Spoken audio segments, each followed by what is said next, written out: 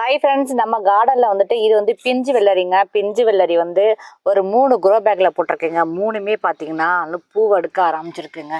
பூவெடுக்க ஆரம்பிச்சிருக்கு. இதில் நிறைய காயுமே வருமுங்க.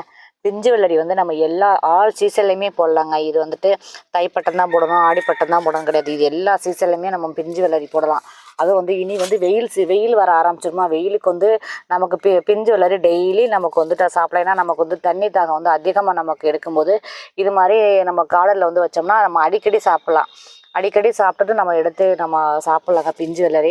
இது நிறைய நண்பர்களுக்கு நான் விதை பகிர்வுலையும் கொடுத்துருக்கேன். ஆனால் இன்னமும் நம்மக்கிட்ட வந்து விதைகள் இருக்குது. தேவைப்படுறவங்க வந்துட்டு வாட்ஸ்அப்பில் வந்துட்டு உங்களுடைய அட்ரஸ் அனுப்பி நீங்கள் வந்து கேட்டு வாங்கிக்கோங்க. ஏன்னா நிறைய பேருக்கு நம்ம விதைகள் அனுப்பணும். இன்னுமே நமக்கு விதைகள் இருக்குது.